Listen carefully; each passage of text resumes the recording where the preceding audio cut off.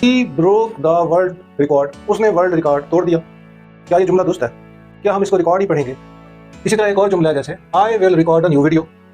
अब इन दोनों में हम फर्क जानते हैं, लेकिन जब हम इस वर्ड को यानी रिकॉर्ड को एज अ नाउन लेंगे तो क्या इसको कहेंगे? इसको हम बोलेंगे रेकॉर्ड।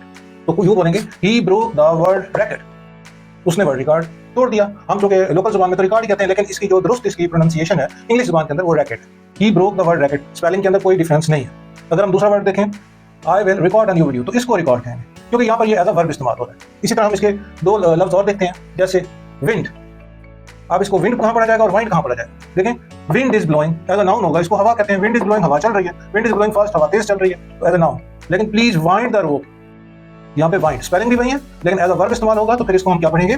वाइंड। तो प्लीज वाइंड द रोप, रस्ते को लपेट दो, या फिर घड़ी को चाबी देना, उसको भी वाइंड ही कहते हैं।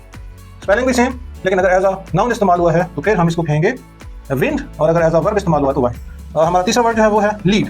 अगर लीड एज अ वर्ब इस्तेमाल हो रहा हो, he will lead the team, वो रहनुमाई करेगा, टीम की लीड करेगा। लेकिन अगर हम इसको एज अ नाउन लें, this pipe is made of lead, lead तांबा, ये धात को कहते हैं,